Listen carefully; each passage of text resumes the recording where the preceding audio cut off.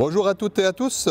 Aujourd'hui, nous allons vous parler d'un nouveau modèle de Ducati, la Multistrada V4. Nous sommes venus l'essayer en Italie. Nous sommes venus à Bologne directement, qui est le siège de Ducati. Et nous avons pu emprunter la variante V4S, la version premium de cette nouvelle moto, pour faire un petit tour en direction du sud, direction la Toscane. Environ 200 km. On a pu faire de l'autoroute évidemment pour quitter Bologne. On a pu surtout rouler sur tout un tas de petites routes avec de jolis virages, de jolies vues, beaucoup de brouillard, mais enfin ça n'a pas enlevé notre plaisir de conduire. Cette moto, c'est un tournant pour Ducati parce que jusqu'à présent, on avait la Multistrada. Multistrada, c'est un mot italien, un mot valise qui a d'un côté multi qui veut dire beaucoup et strada qui veut dire route. Donc c'est la moto polyvalente par excellence chez Ducati qui est capable de vous emmener sur tous les types de routes et aussi un peu en tout terrain. Cette moto, cette nouvelle version V4, elle est encore plus polyvalente que la précédente qui était la V2. Donc on l'a compris assez facilement.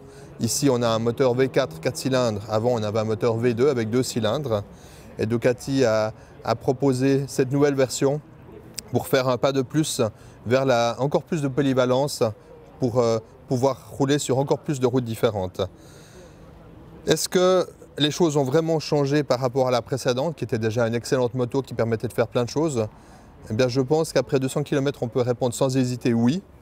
Et effectivement, le plus gros changement, c'est bien sûr le moteur. On a un moteur qui est plus puissant, il fait 10 chevaux de plus, etc. Mais l'importance n'est pas vraiment là. L'important, c'est que c'est un moteur qui est beaucoup plus facile à utiliser, plus efficace. On arrive plus facilement à rouler vite. Il est aussi beaucoup plus souple à bas régime. Il donne moins d'à-coups quand on est dans le mauvais rapport de vitesse.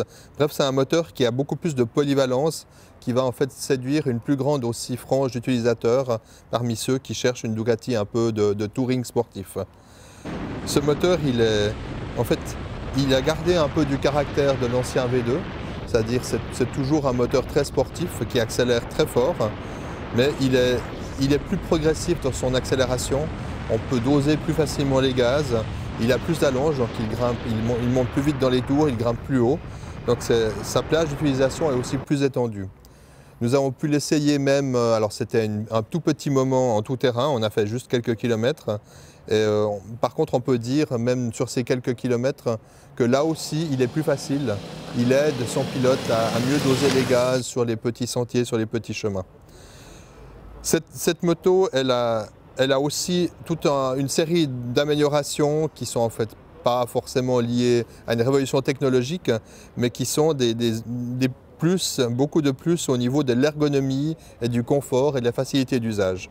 Le moteur, c'est une chose, mais il y a plein d'autres détails. On a une nouvelle face avant qui est plus large, on a un nouveau pare-brise, on a toute une série de nouvelles pièces qui font que derrière son guidon, on est mieux abrité de la pression de l'air, on a moins de turbulences et surtout, parce qu'on a quand même un gros moteur, c'est plus de 1100 cm3, on a moins de chaleur qui remonte vers le corps du pilote. Et ça c'est un gros plus quand on fait beaucoup de kilomètres, quand on roule en ville, ça c'est vraiment bienvenu. On a aussi des rétroviseurs, ça c'est peut-être un petit détail, mais je crois que j'ai roulé beaucoup de Ducati, je peux dire que c'est les meilleurs rétroviseurs que Ducati ait jamais produits.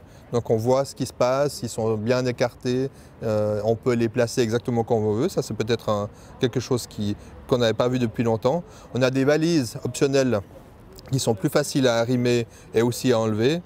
On a maintenant un petit vide-poche sur le réservoir dans lequel on peut glisser un smartphone avec une prise de recharge USB. On a aussi en fait une nouvelle fonction de connectivité qui permet d'avoir sur la variante S l'écran du GPS du téléphone dans une largeur encore jamais vue sur une moto. Bref, tous ces petits plus sont livrés avec la moto, en tout cas dans sa variante S qu'on a utilisée ici. Les autres choses qui étaient déjà présentes sur la 1260, ce sont bien sûr les suspensions électroniques et semi-actives pour la S, normales, entièrement ajustables pour la variante standard, et les freins. Tout ça c'était déjà au top, ça ne change pas. Il y a un petit plus, une petite nouveauté, que la moto en fait se positionne, prend l'assiette idéale en fonction du poids du pilote. À ne pas confondre avec la précharge automatique, en fait ça règle l'avant et l'arrière de la moto. Les dernières petites choses et pas des moindres, qui ont été ajoutées comme équipement optionnel sur la Multistrada V4S, En fait, c'est une première dans le monde motocycliste. D'autres constructeurs vont y venir, mais Ducati est le premier à nous le montrer. C'est un cruise control, un tempomate, un régulateur de vitesse, autrement dit, qui est non seulement ajustable, mais qui est aussi adaptatif. Cette fonction lui permet en fait de freiner la moto à votre place si il remarque que vous êtes trop près de la voiture ou du camion qui est devant vous. Il y a une autre fonction qui permet aussi de vous signaler si un véhicule s'approche de votre angle mort. Ces deux fonctions sont en fait rendues possibles par la présence de deux radars, un à l'avant, un à l'arrière. C'est une technologie qu'on trouve déjà bien sûr sur pas mal de voitures, mais c'est la première fois qu'on peut l'utiliser sur une moto. Nous avons pu essayer évidemment sur l'autoroute, c'est le terrain idéal pour essayer ça. Ça fonctionne bien, les freinages sont progressifs. En cas de besoin, ils peuvent être forts, mais on n'a jamais le sentiment qu'on va être éjecté de la moto. Donc tout ça est très bien calibré. Je dirais que c'est plus une fonction qui augmente le confort de roulage plutôt que la sécurité. Parce qu'évidemment, il ne va pas vraiment freiner à votre place. Si tout d'un coup il y a un obstacle qui surgit de manière imprévue, il ne va pas freiner assez pour éviter l'obstacle. Et en tout terrain, peut-être une chose qu'on n'a pas dit aussi, c'est que la moto a une roue avant de 19 pouces, précédemment 17 pouces. Cette roue de 19 pouces, bien évidemment, c'est un avantage en off-road.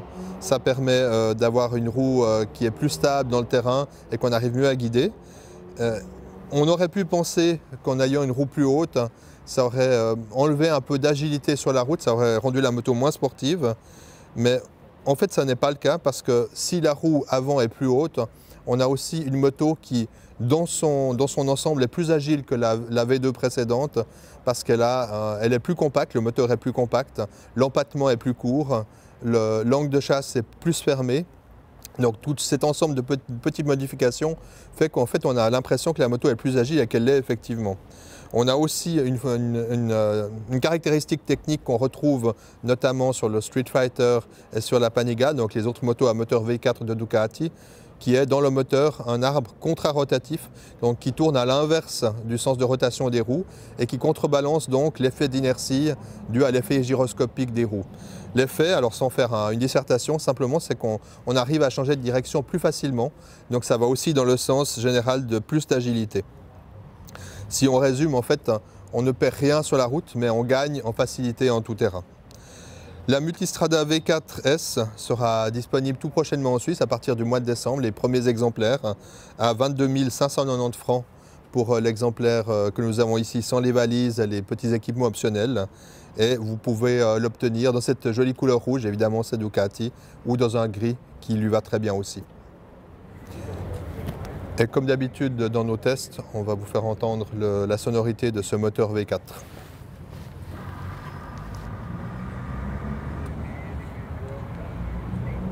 Voilà.